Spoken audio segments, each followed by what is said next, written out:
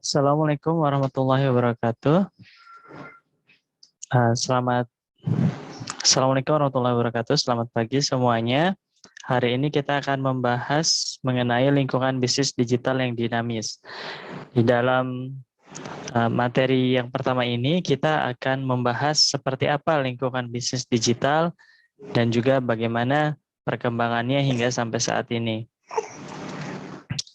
Nah, sebelumnya perkenalkan saya Muhammad Yusuf, dosen FEUNJ.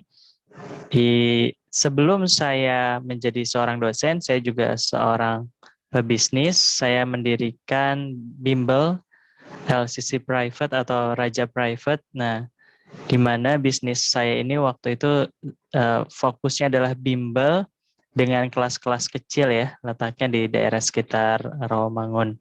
Nah, seiring dengan perkembangannya waktu, kalau kita lihat di masa pandemi, bisnis bimbel ini mengalami kesulitan ya, apalagi sejak PPKM berlaku, sehingga memang sudah saatnya sekarang bisnis itu sudah go digital ya.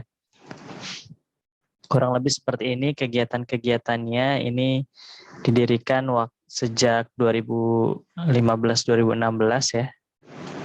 Kegiatannya ada selain bimbel juga ada kegiatan ekstrakurikuler dan juga kegiatan-kegiatan sosial di wilayah Jabodetabek. Nah, ini pengembangan bisnisnya untuk go digital ya. Kenapa saya berbisnis? Kenapa orang-orang berbisnis? Tentu ada harapan, ada tujuan ya, dan umumnya orang-orang melihatnya secara profit. Nah, kalau kita lihat Mark Zuckerberg ini orang termasuk orang terkaya di dunia ya, dengan kekayaan 86,7 miliar US dollar di usia 35 tahun dengan Facebooknya.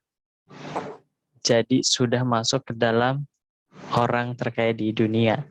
Begitu juga di Indonesia ada Mas Menteri, ada Pak Nadiem Makarim, bos Gojek ini juga menempati urutan ke-150 dari orang terkaya di Indonesia dengan kekayaan 100 juta dolar atau sekitar 1,4 triliun.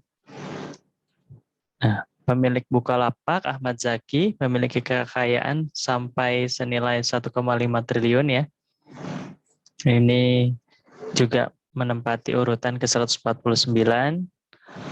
William Tanuwijaya dari Tokopedia dengan kekayaan 130 juta dolar atau 1,82 triliun. Ini berada di posisi 148 orang terkaya di Indonesia. Selanjutnya ada Ferry Unardi dari Traveloka dengan kekayaan 145 juta dolar atau sekitar 2 triliun ya, menempati posisi 146. Nah, kalau kita lihat banyak sekali pemilik bisnis digital yang menjadi orang terkaya di Indonesia. Oleh karena itu ini menjadi hal yang menarik untuk dibahas karena memang lingkungan bisnis digital yang sangat dinamis.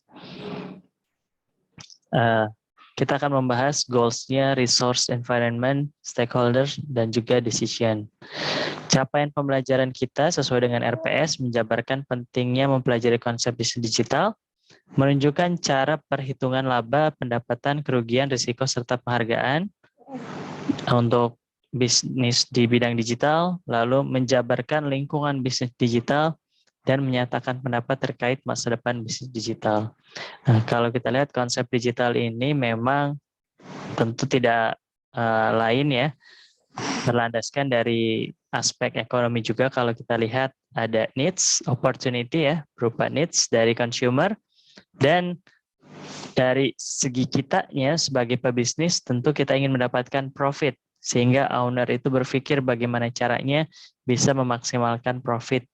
Nah, dengan adanya hal tersebut ya, owner, seorang pebisnis juga akan berusaha untuk memperkecil biaya-biayanya, termasuk dengan cara digital. Jadi biaya flyer, penyebaran marketingnya, lalu kegiatan bisnisnya, semuanya diusahakan secara digital sehingga mendapatkan harga yang rendah dan bertemulah dengan needs atau demand dari consumer.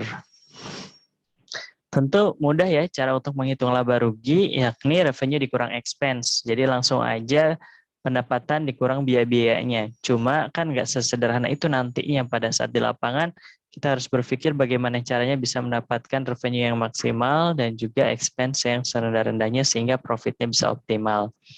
Nah ini kalau kita lihat ada demand, expense, attract yang bermain di dalam perhitungan profit.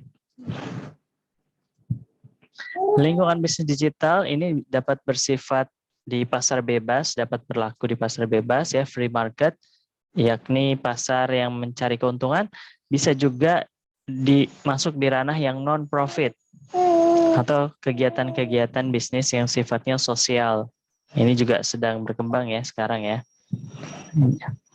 Dari segi faktor produksi ada natural resource, human resource, capital, entrepreneurship. Teknologi ada information technology, electronic business, ini yang berkembang saat ini ya. Dan kewirausahaan itu tentu sangat membutuhkan ide. Jadi seorang wirausaha itu dia mampu untuk meng-create produknya ya, baik barang maupun jasanya itu beda dengan pasar atau memiliki keunggulan tersendiri sehingga mampu menciptakan demand dan juga menyerap kebutuhan-kebutuhan dari consumer.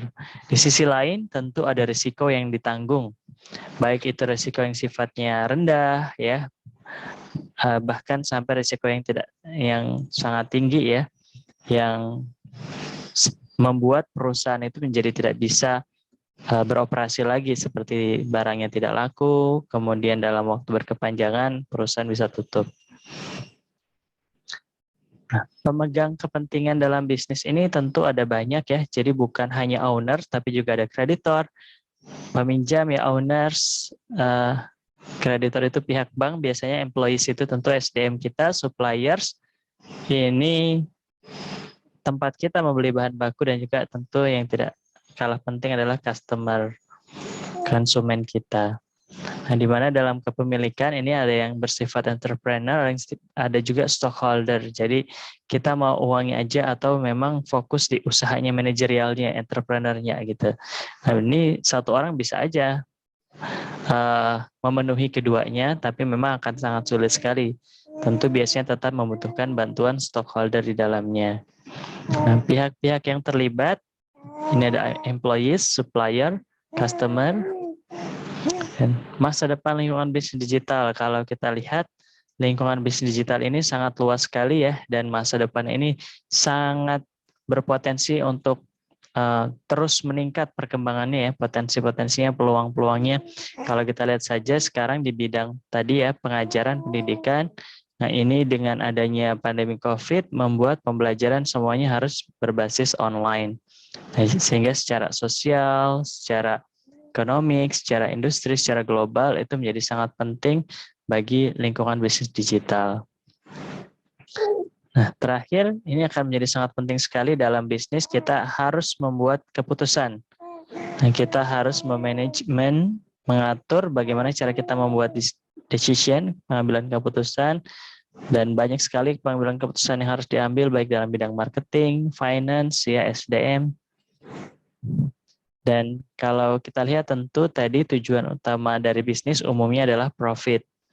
Nah, sehingga kita harus berpikir dengan keras bagaimana caranya demand yang diproduksi, produksi yang bisa menyerap demand sehingga menghasilkan revenue dan juga memperkecil expense-nya dan mendapatkan profit yang optimal. Ini adalah sumber dari bahan pelajaran kita. Terima kasih.